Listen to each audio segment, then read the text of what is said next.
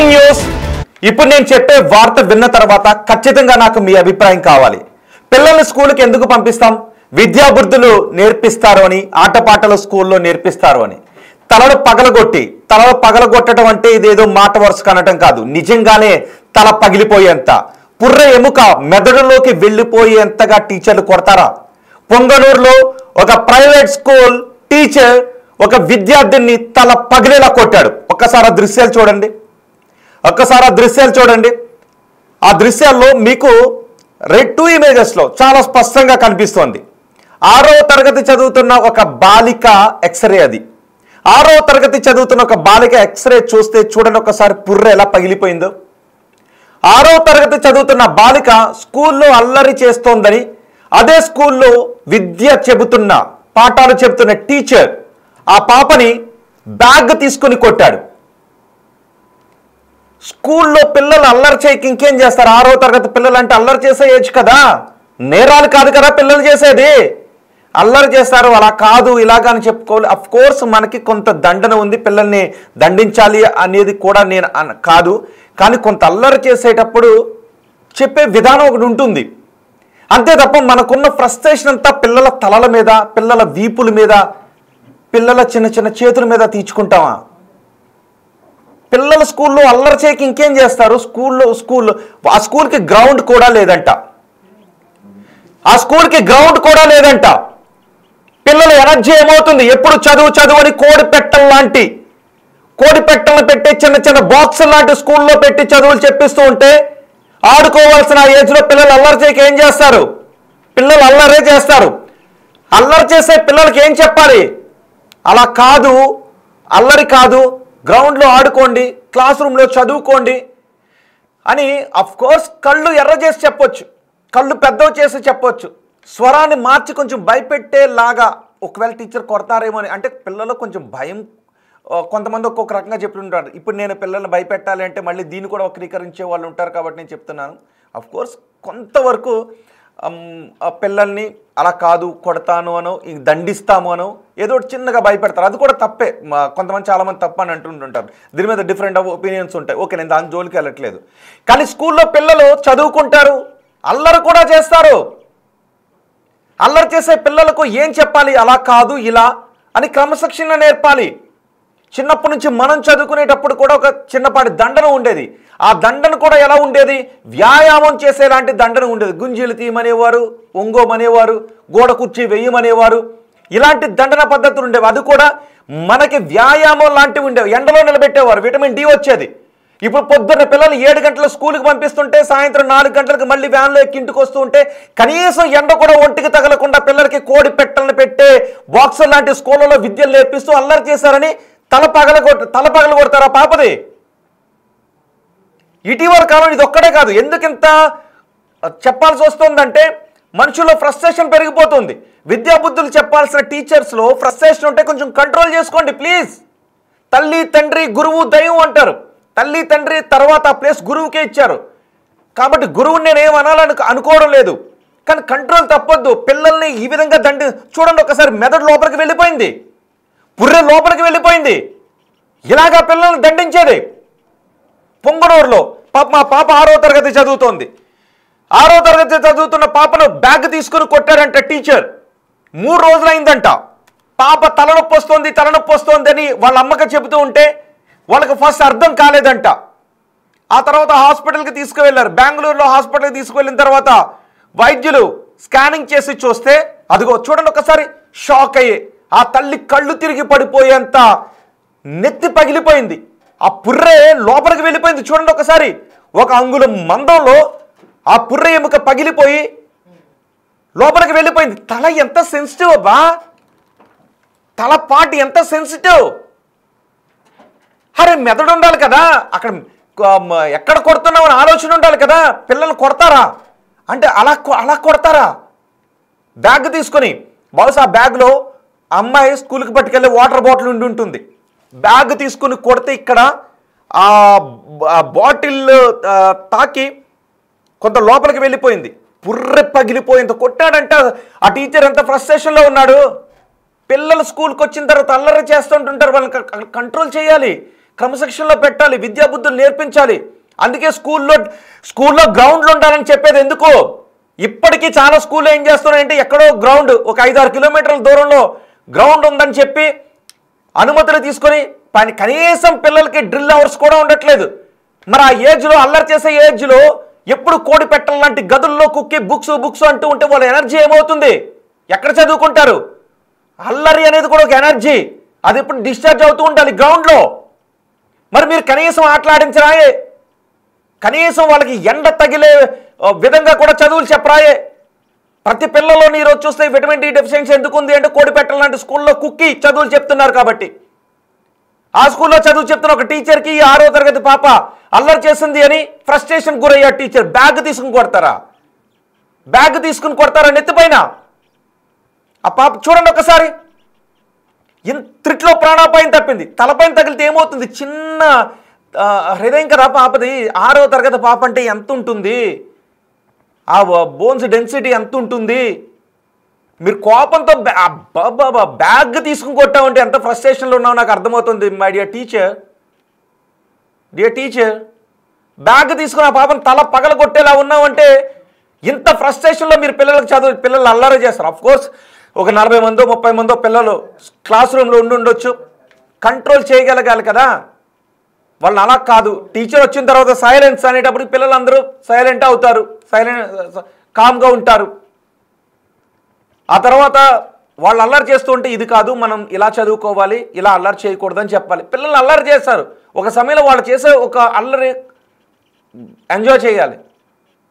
అంతే తప్ప అల్లరికి కోపంతో రగిలిపోయి కళ్ళు ఎర్రజేసి ముఖం మాడబెట్టి బ్యాగ్ తీసుకుని కొడతావు చిన్న పాప మీద.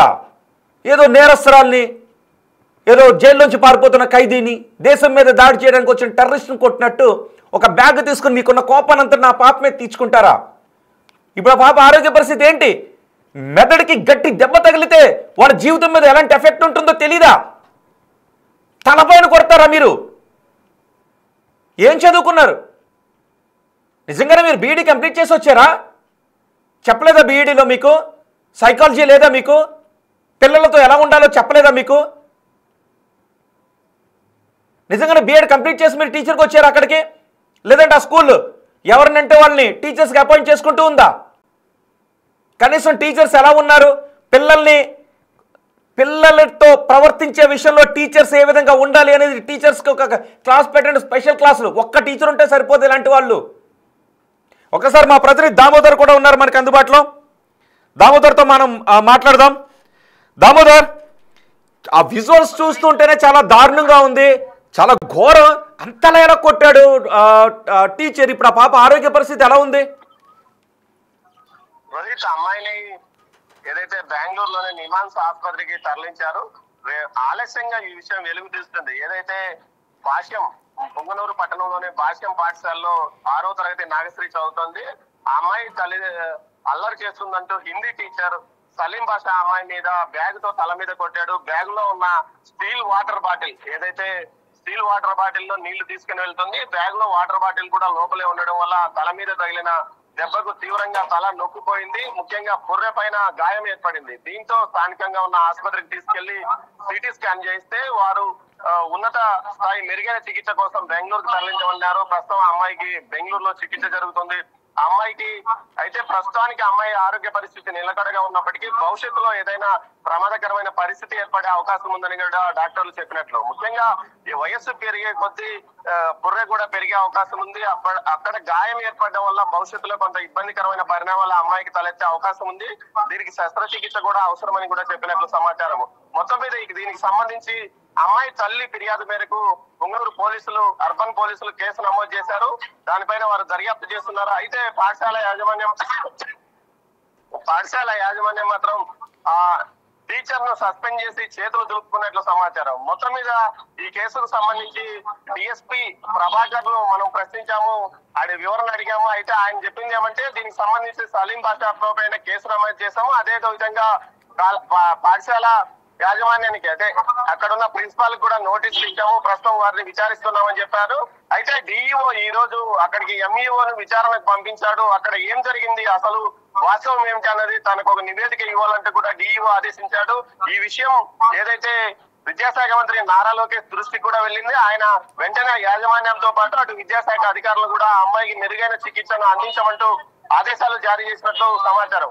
మొత్తం మీద అమ్మాయి ఇష్యూ సంచలనంగా మారిందని చెప్పవచ్చు. ఏదైతే ఎవరైనా ఉపాధ్యాయుడు కొట్టాలనుకుంటే వీపు మీద చేతుల మీద కొడతాడు కానీ తల మీద ఈ విధంగా బ్యాగ్ తో కొట్టడం అనేది ఎక్కడా చూడలేదు. మొట్టమొదటిసారిగా ఈ విధంగా ఒక అమ్మాయికి ఎవరైనా విద్యార్థిని ఈ విధంగా తల మీద బ్యాగ్ తో కొట్టడం, అందులో ఉన్న బాటిల్ వల్ల అమ్మాయి తలకు తీవ్రంగా గాయం కావడం కూడా జరిగిన నేపథ్యంలో ఈ విషయం మీద జిల్లా కలెక్టర్ కూడా స్థానికంగా తనకు నివేదిక ఇవ్వమని, ఏదైతే ఉదయం వార్త బయటకు వచ్చిన వెంటనే తనకు నివేదిక ఇవ్వమని విద్యాశాఖ అధికారిని ఆదేశించడం, ఆయన ఎంఈఓను పంపించడం కూడా జరిగింది. స్థానికంగా చికిత్స పొందిన ఆసుపత్రి వద్దకు వెళ్లి వారి వివరాలు తీసుకున్నారు. అసలు ఏం జరిగింది, ఎలా గాయపడింది అన్న విషయంలో అటు దామోదర్ అసలు ఇప్పుడు స్కూల్ యాజమాన్యం ఏం చెప్తోంది? అసలు స్కూల్ యాజమాన్యం ఏం చెబుతోంది? రోహిత్, స్కూల్ యాజమాన్యం చెప్తున్న దాని ప్రకారము అయితే అక్కడికి వెళ్ళిన విద్యార్థులతో స్కూల్ ఏదైతే విద్యార్థి సంఘాల నాయకులు కొంతమంది వెళ్లి ఆందోళన చేశారు. ఈ సందర్భంగా వారితో మాట్లాడుతూ తాము అమ్మాయి వైద్యానికి అయ్యే ఖర్చును భరిస్తాము, అదేవిధంగా సంబంధిత టీచర్ ను ఇప్పటికే విధుల నుంచి తొలగించామని చెప్తున్నారు. కానీ ఈ విధంగా జరగడానికి కారణం మీరు కూడా ఒక కారణమే, మీ మీద కూడా కేసు నమోదు చేయాలని విద్యార్థి సంఘాలు డిమాండ్ చేశాయి. దీంతో పాటు పోలీస్ స్టేషన్ లో కూడా ఫిర్యాదు చేశారు. మొత్తం మీద ఈ విషయాన్ని తాము బాలల హక్కుల కమిటీకి వరకు తీసుకువెళ్లి ఈ విషయం మీద పోరాడతామంటూ కూడా ఏదైతే యూనియన్ విద్యార్థి సంఘాల యూనియన్ నాయకులు అంటున్నారు. మొత్తం మీద ఈ విధంగా జరగడాన్ని ప్రతి ఒక్కరూ జీర్ణించుకోలేకపోతున్నారు. రేపు మరోసారి అఖిలపక్ష విద్యార్థి సంఘాల సమావేశంలో ఈ విషయం మీద తాము ఉన్నత స్థాయి విచారణ జరిగే వరకు పోరాటం చేస్తామంటున్నారు. అయితే ముఖ్యంగా ఏదైతే ఇప్పుడు కార్పొరేట్ స్థాయి లింక్ స్కూల్స్ వచ్చిన తర్వాత ఏదైతే 2 అంతస్తుల భవనాలు 3 అంతస్తుల భవనాలు తీసుకోవడం, వాటిలో కేవలం పాఠాలు మాత్రమే చెప్పడం, తల్లిదండ్రులు కూడా ఏదైతే కాంపౌండ్ ఉన్న ప్రభుత్వ పాఠశాలలను వదిలేసి ఏదైతే సెక్యూర్ గా పూర్తి స్థాయిలో ఏదైతే బిఏ బిఈడి మెరిట్ మీద పాస్ అయినప్పటికీ కాంపిటేటివ్ ఎగ్జామ్ లో ఉత్తీర్ణులైనప్పటికీ టీచర్లను వదిలేసి ప్రైవేట్ స్కూల్స్ వైపు మొగ్గడమే గ్రామీణ ప్రాంత స్థాయిలో ఏదైతే ఇటు పొంగనూరు రూరల్, ఒక రకంగా రూరల్ అది, ఆ స్థాయిలో అక్కడ ప్రభుత్వ పాఠశాలలు కూడా మెరుగ్గా ఉన్నాయి. విశాలమైన కాంపౌండ్ ఉంటుంది, మెరుగైన ఏదైతే పూర్తి స్థాయిలో. దామోదర్ అసలు ఈ స్కూల్ కి గ్రౌండ్ ఉందా? దామోదర్ ఈ స్కూల్ కి గ్రౌండ్ ఉందా? రోహిత్, ఆ స్కూల్ కి సంబంధించి కేవలం చిన్నపాటి గ్రౌండ్ మాత్రం ఉంది. మరో చోట గ్రౌండ్ చూపించి అనుమతి తీసుకుంటారు. ఈ విధంగా అన్ని కార్పొరేట్ స్కూల్లోనే ఇలాంటి అనుమతులే తీసుకుంటారు. ఇది కూడా ఈ స్కూల్ కూడా దానికి అదే విధంగా మరో చోట గ్రౌండ్ చూపించి కేవలం ప్రార్థన నిర్వహించడానికి సరిపడా కొంత మాత్రమే గ్రౌండ్ ఉంది, మిగతా గ్రౌండ్ వేరే చోట ఆట స్థలంగా చూపించి పర్మిషన్లు తీసుకున్నట్లు తెలుస్తుంది. మొత్తం మీద చూస్తే అమ్మాయి ఆరోగ్య పరిస్థితి మీద ఇంకా పూర్తి స్థాయి డాక్టర్లు ప్రస్తుతం బెంగళూరులోనే ఉందా దామోదర్? ప్రస్తుతం విద్యార్థిని బెంగళూరులోనే హాస్పిటల్లోనే ఉందా? రోహిత్, అమ్మాయి ప్రస్తుతం బెంగళూరులోనే చికిత్స పొందుతుంది. ప్రస్తుత ఆరోగ్య పరిస్థితి నిలకడగానే ఉంది. అయితే భవిష్యత్తులో అమ్మాయి ఇబ్బంది పడే అవకాశం ఉందని కూడా తల్లిదండ్రులు అంటున్నారు. అదేవిధంగా డాక్టర్లు తమకు చెప్పారని చెప్తున్నారు. రోహిత్, రైట్. దామోదర్, అసలు ఈ సలీం బాషా టీచర్ ఎందుకంత ఫ్రస్ట్రేషన్ కి గురయ్యాడు? కనీసం స్కూల్లో టీచర్లు ఫ్రస్ట్రేషన్ తో ఉన్నారా? పిల్లల పట్ల ఎలా ఉన్నారు? స్కూల్ యాజమాన్యం ఎవరు పట్టించుకోవడం లేదా? ఒక్కసారిగా వీరు క్లాస్ లోకి ఎంటర్ అయిన సమయంలో పిల్లలంతా గొడవలు, మామూలుగా క్లాస్ టీచర్ గ్యాప్ ఏదైతే పీరియడ్ మధ్యలో గ్యాప్ వచ్చిన సమయంలో విద్యార్థులు అల్లరి చేయడం సహజం. అదే విధంగా విద్యార్థులు అల్లరి చేస్తున్న సమయంలో అతను క్లాస్ లోకి వచ్చాడు. ఆ సమయంలో ఈ అమ్మాయి అల్లరి చేసింది ఎక్కువగానే. అక్కడున్న మరో విద్యార్థి ప్రతినిధి, స్కూల్ కు ప్రతి క్లాస్ కు ఒక టీచర్ రిప్రజెంటేటివ్ ఉంటాడు. రిప్రజెంటేటివ్ చెప్పినట్లు సమాచారం. దీంతో అతను మందలించే నేపథ్యంలో అక్కడున్న ఆమె స్కూల్ బ్యాగ్ తీసుకుని ఆమె నెత్తిన వేశాడని అంటున్నారు. మరోవైపు దీనికి సంబంధించి పూర్తి సమాచారం ఇవ్వడం లేదు. దీంతో పాటు అసలు ఏం జరిగిందన్న విషయాన్ని యాజమాన్యం కూడా పూర్తిగా బయట పెట్టడం లేదు. రోహిత్, మొత్తం మీద అయితే ఈ కేసు దీనికి సంబంధించి పోలీసులు అయితే విచారణ చేస్తున్నాము. ప్రస్తుతానికి ఇటు ఏదైతే సలీం బాషా అనే హిందీ టీచర్ మీద ఆ అమ్మాయి తల్లి ఫిర్యాదు మేరకు కేసు నమోదు చేశాము. దానిపైన విచారణ చేస్తున్నాము. అతన్ని అదుపులోకి తీసుకుంటామని చెప్తున్నారు. రైట్ దామోదర్, పొంగనూరులో చోటు చేసుకున్న ఈ ఘటనపై ఏపీ మంత్రి నారా లోకేష్ కూడా రియాక్ట్ అయ్యారు. ఆ స్కూల్ పై చర్యలు తీసుకోవాలని ఆదేశించినట్టుగా తెలుస్తోంది. ఆ పాపకయ్యే వైద్య ఖర్చును స్కూల్ యాజమాన్యమే పెట్టుకోవాలి. ఆ పాపకయ్యే వైద్య ఖర్చును స్కూల్ యాజమాన్యమే భరించాలి. భవిష్యత్తులో ఆ పాపకి ఏ విధమైన ఆరోగ్య సమస్యలు వచ్చినా ఈ దెబ్బకి సంబంధించి అది స్కూల్ యాజమాన్యమే భరించాలి.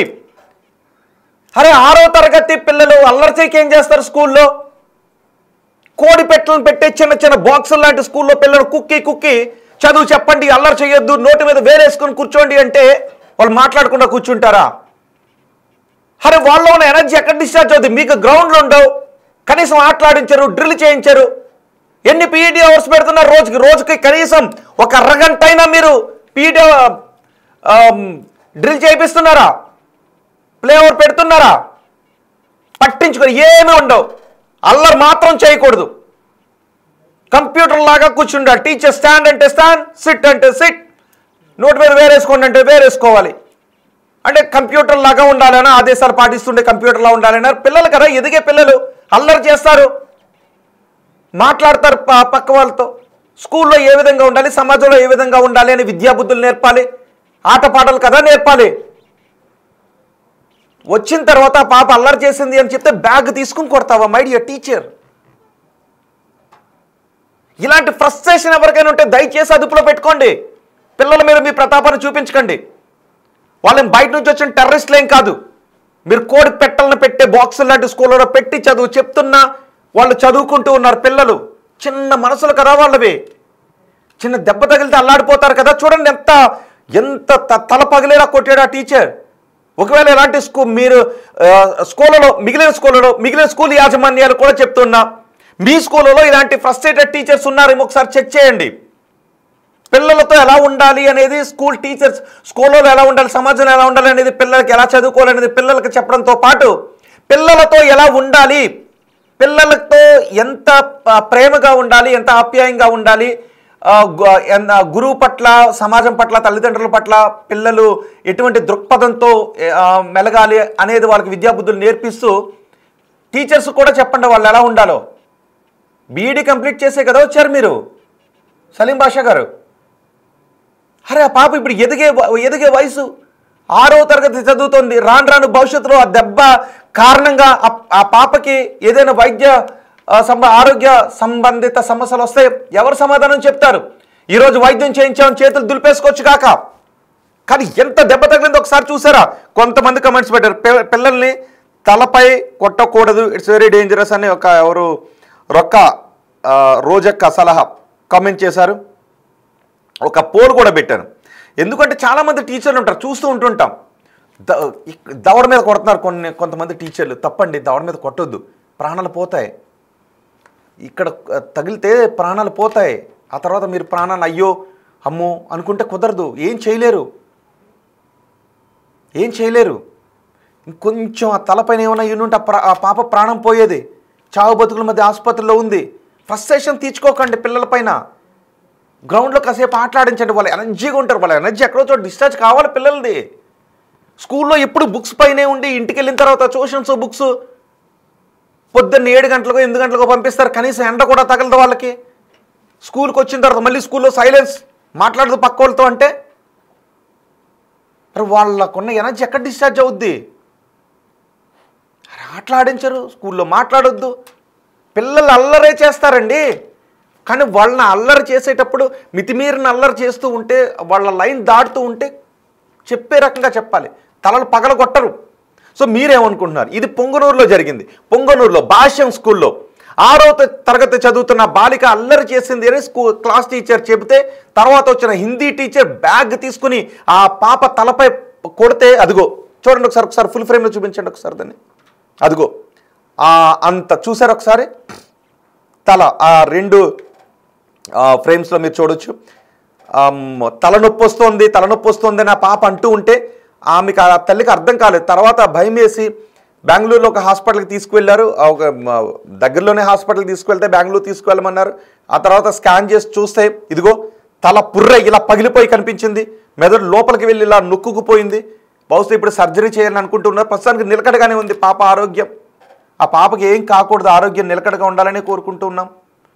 కానీ my dear frustrated teachers, please మీ ఫ్రస్ట్రేషన్ని పిల్లల మీద తీర్చుకోకండి. పిల్లలకి విద్యాబుద్ధులు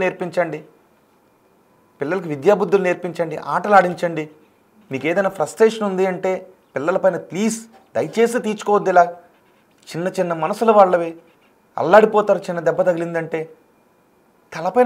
తలపైన కొట్టడం బుర్రున్నోడు ఎవడు తలపైన కొట్టడండి. కొంతమంది టీచర్లు ఈ మధ్యన దవడ మీద గూబ మీద కొడుతున్నారు. అలాంటి మైండ్ సెట్ ఉన్న వాళ్ళు, అలాంటి ఫ్రస్ట్రేషన్ ఉంటే తలపైన దవడపైన ఎక్కడా కొట్టొద్దనే చెప్తుంటుంటారు. కానీ ఇవి సెన్సిటివ్ పార్ట్స్. ఒకవేళ అక్కడ తగిలితే చనిపోతారు తెలుసా మీకు? పిల్లల ఎదుగుదల మీద ప్రభావం చూపిస్తారు. తలపైన కొడితే, దవడపైన కొడితే ప్రాణాలు పోయే అవకాశం ఉంటుంది. మీకు ఇలాంటి ఫ్రస్ట్రేషన్ ఉంటే మీరు స్కూల్లో మీ టీచర్ ఉద్యోగానికి రిజైన్ చేసి వెళ్ళిపోండి. కానీ పిల్లల మీద మాత్రం ఇలాంటి ఫ్రస్ట్రేషన్ తీర్చుకోకండి. ఒక్కసారి పొంగనూరులో జరిగిన ఈ ఘటన గురించి మీ అభిప్రాయం ఏంటి? మీకు తెలిసిన స్కూళ్ళలో కూడా ఇలాంటి ఘటనలు ఏమైనా జరుగుతూ ఉన్నాయా? మీ అభిప్రాయాన్ని కమెంట్ బాక్స్లో తెలియచేయండి.